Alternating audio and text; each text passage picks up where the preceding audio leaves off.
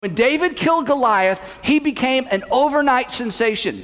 I mean, everybody knew David's name because he killed Goliath in front of the entire army, and everybody was talking about David, and not many people were talking about King Saul. In fact, Samuel, who wrote this story for us, says this. He says, in everything he did, talking about David, he had great success. And when Saul, King Saul, saw how successful he was afraid of David. But all Israel and Judah loved David because he led them in their campaigns. And there's an interesting idea here. The people who lead are perceived as the leaders, whether they have the title or not. King Saul had the title king, but David was the one that stepped out and led. And because he led, people began to perceive David as the leader of the army and perhaps the leader of the nation. And perhaps it's true, this is our next king. So Saul realizes he has a problem on his hands, and so he comes up with a way to try to control David to keep things from getting any worse. So he decides he's going to marry one of his daughters off to David, because if he can make David his son-in-law, perhaps he'll be able to control him that way. So he goes to David and says, David, I would love for you to marry into my family, and I'll be your father-in-law. And David responds like this. He says, oh, King Saul, what an honor, but I'm a lowly shepherd boy from a family that's not very important. I'm not worthy of the honor to marry one of your daughters. Well, word of this gets out, and next thing you know, it's Maximus the merciful. No, it's David the humble. David the humble. Can you believe David was so humble that he gave up the opportunity to be a part of the king's family? Well, things continue to go. David gets more and more popular. Saul is more and more jealous. And then one of Saul's daughters fell in love with David.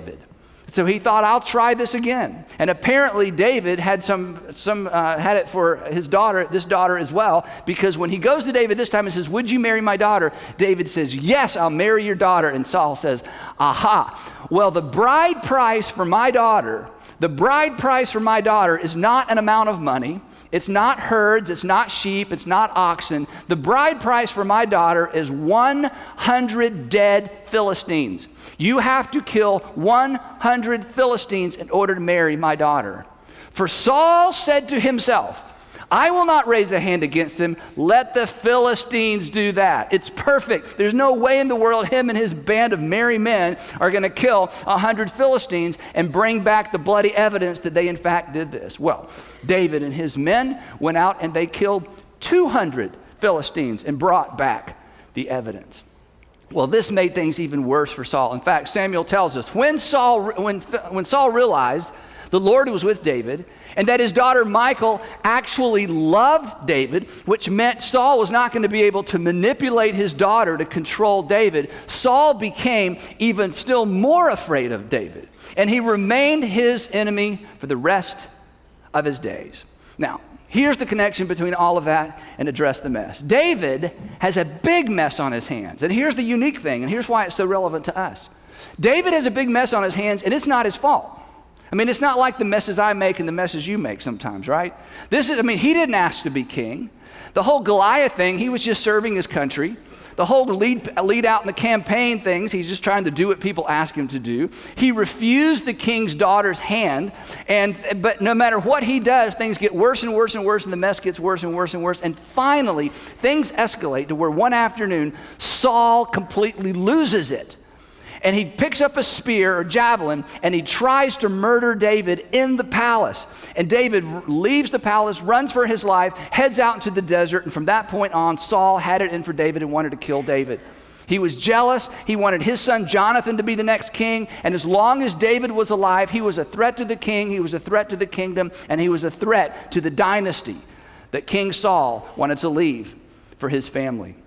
When David leaves the city, when David goes out into the wilderness basically to hide, he gathers around him all of Saul's enemies. Saul had many, many, many political enemies. And now David is an outlaw. And he gathers around him literally a band of merry men and some merry women. And before long, everywhere he goes, there's kind of a village following him around. But he's an outlaw. But Saul has not lost his desire to kill David. And this is when the story gets really interesting. This is why you should read your Bible, because it's amazing, isn't it? Okay, so here's where the story picks up. After Saul returned from pursuing the Philistines, he was told, David is in the desert of En-Gedi. So Saul is out fighting the Philistines. The Philistines lived along the Mediterranean Sea, right there next to Judea, right next to what we would consider modern day Israel. And so they were like the Klingons. There was this constant battle back and forth between Israel and the Philistines. And so Saul is returning from a campaign or a battle with the Philistines. His men are bloody, they're tired, they're ready to go home, they're hungry, they've lost friends. And someone gallops up and says, Saul, we have spotted David and his men, and we think we've got him cornered. So Saul took 3,000 able young men from all Israel and set out to look for David and his men near the crags of the wild goats, which was a large spring. Looked something like this. In fact, if you've ever been to the Dead Sea, or you've ever been to Jericho, if you've ever been to the Holy Land, you've been to the area of the desert of En-Gedi, and it looks like this everywhere. There's the Dead Sea. It is just rocks and hills and mountains and caves with some shrub grass, and every once in a while you'll find a spring. So apparently David and his men are at this spring. Saul knows, and he says he's decided this is his opportunity to take care of David. The story continues. He came, talking about Saul and his men came to the sheep pens along the way, and a cave was there, and Saul went into the cave to relieve himself. This is one of the only references in the Bible to going to the bathroom. I tell you that because if you have middle schoolers at home and you're thinking, what would be like a relevant passage of scripture that would be interesting? This may be it for whatever reason. So here's the situation. Saul and his men, they're going along. Saul has to go to the bathroom. He calls a halt to the whole, all 3,000 men and hundreds of other people that followed an army that large. He gets off his mule. Saul rode a mule. He makes his way up a trail, a path, up. He goes into a cave, and while he goes into the cave to use the bathroom, all of his army sits out there and waits patiently. And if you grew up in church, you know what happens next. David and his men were far back in the cave. They're in the very cave. And apparently, here's what happened. When Saul began to come up behind David and his men, one of David's scouts came and warned David and said, David, Saul has discovered us. We need to do something. And David said, instead of outrunning them, let's split up. We'll hide in the caves. We'll hide in these mountains. And when Saul and his group has passed through, we will reassemble and we will go the other way. So David and his closest men are hiding in the very cave that Saul chooses to go into to use the bathroom. Now, here's the question. What are the odds of this? I mean, what are the odds of this? If ever there was a God moment, this is a God moment. If ever God has performed a miracle on David's behalf, this is the miracle that God has performed on David's behalf. If Saul is a stain, God just provided the stain remover. If Saul is the problem, God just provided the solution. What could be any clearer than this? In fact, the men hiding with David back in the cave, they saw this for exactly what they thought it was. God has delivered your enemy into your hands. Here's what they said. The men with David said, this is the day the Lord spoke of when he said to you, I will give your enemy into your hands for you to deal with as you wish. And what they're referring to is this. As David and his men traveled around, they would gather around a campfire at night, and they were tired, they were outlaws, they were poor, they didn't have a place to lay their head, they left their family in different cities around Judea. It was a dangerous lifestyle, and David would say, just be patient. Stick with me. Be patient. Stick with me. One day I'll be king. And if you stick with me until then, when I'm the king, I will reward you because someday God is going to honor his promise to me and I will be king. And so the men around David are saying, are you kidding me? This is the day that you spoke of. This is the day that you promised. This is the day we've all waited for. And look how God has clearly delivered your enemy into your hands. And imagine what this is going to be like, David. All of those men out there saw Saul walk into the cave, and then they will watch David emerge. Can you imagine the drama? And David, it would be even better if when you emerged from the cave, you held up Saul's severed head. In that moment, they will pledge their lives to you. In that moment, it will be an almost bloodless coup, and you will be king. Can you imagine the drama of that moment as the men wait out there for Saul to return? Well, David gets caught up in the emotion of this, right? I mean, again, how could you not be? I mean, you've been a fugitive, you've been on the run, and now here is your enemy by himself in the most vulnerable position imaginable. I mean, what could be more of a God thing. And so David gets caught up in the emotion, and David decides to do unto him as he intended to do unto me. I'll just do unto him as he intends to do unto me. I mean, no one would blame me. No one would say that I've done something unjust. I'm really just it's an act of self-defense. I'm just going to do unto him as he intends to do unto me. Now, pause the story for just a minute. I want to talk to you about something, then we're going to come back to the story. This is so important, okay? If you've been daydreaming or lost interest, just head back here for just a second, okay? Look, at the root of most messes, associated with most of the messes we make is a breakdown in virtue. You know what virtue is? At the root of most of our messes are associated with most of our messes, the ones we married into, the ones that we created ourselves, the ones we dated our way into, accidentally got ourselves into. At the root of most messes is a breakdown of virtue. Virtue is integrity. Virtue is honesty. Virtue is patience. Virtue is self-control. Virtue is goodness. And when you scratch beneath the surface of any of the messes that we've made, somewhere in that mess, we demonstrated a lack of virtue. There was a breakdown of virtue. In other words, if you ignore virtue, you will eventually make a mess. You ignore virtue and eventually you make a mess. It's just a matter of time. It is cause and effect. It's just an equation. You ignore virtue in a relationship. You ignore virtue in your finances. You ignore virtue in your profession academically. Eventually, you're going to make a mess. And you don't clean up a failure of virtue with another failure in virtue. You don't clean up a flood with more water. You don't clean up a paint spill with more paint. You don't clean up a soap spill with more soap. It does, two wrongs don't make a right, and two messes don't make an unmess. You can't clean up a mess caused by a failure of virtue with another failure of virtue. But here's the problem. Every mess comes with some bad options. And those bad options always involve a failure of virtue. And they are the options we are tempted to reach for quick, because it looks like I can quickly turn this thing around. Somehow I'm going to make this better. Somehow I'm going to fix this. I'll just borrow more money. I'll just lie. I'll just cover the evidence. I'll just ask a friend to vouch for me so that nobody knows where I really was. With every mess, there are options that reflect another failure of virtue. You do not clean up a mess that was created with a failure of virtue by adding another failure in virtue, which was exactly what David was about to do.